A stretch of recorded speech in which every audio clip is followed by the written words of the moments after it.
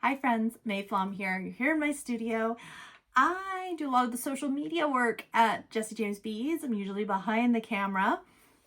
But today I'm hopping out to talk about the Magical Mystery Bead Box, specifically Destination Asia, the January 2025 bead box from Jessie James Beads. The beauty of the Magical Mystery Bead Box is that every month there's going to be a theme, which means that the supplies are going to coordinate together, and because you're getting a mix of different components and beads and chains and all sorts of fun stuff, you will be inspired. So for me, as someone who has done lots of kit clubs and different offerings and different types of crafts over the years, what I really find with this is it'll really bounce me out of my comfort zone, and I'll be looking through and thinking, how can I make something work?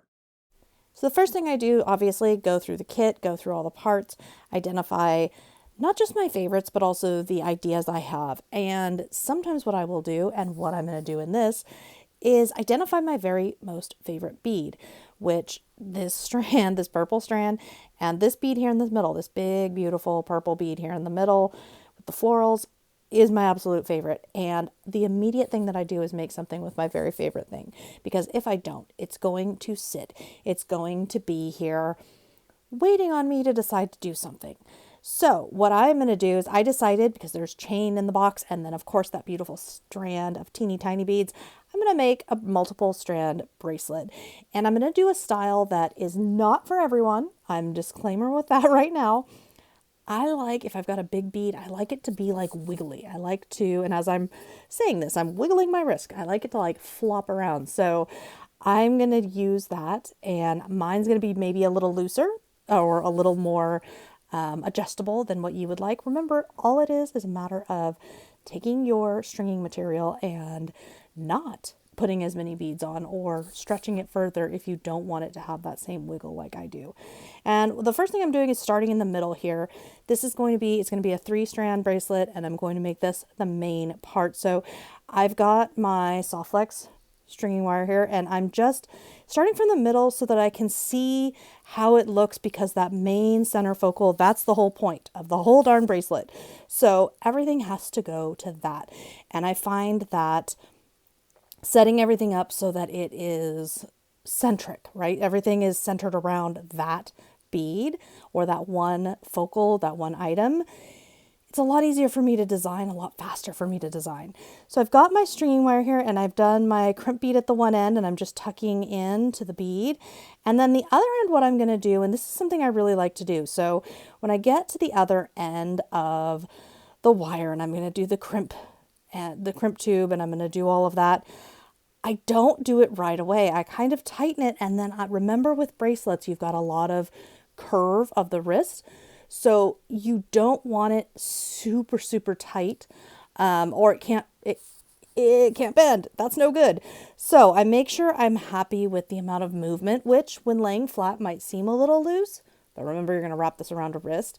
And then of course, using my tools to crimp that crimp tube. And now I'm going to repeat with the second strand, this being the tiny beads. And notice that I haven't attached it to anything. I'm just trying something here. I wondered if I could like loop it through the chain and kind of make those like combined into one almost. And you know what? I love it. I absolutely love it. And this is not a difficult project. We're just using the bead stringing material, the crimp tubes, and everything else is from the bead box. I find that these bead boxes give me a lot of opportunity to use up clasps or random beads or little components from my own stash, and help me mix and match and maybe shake up my ideas on color, on textures, on design.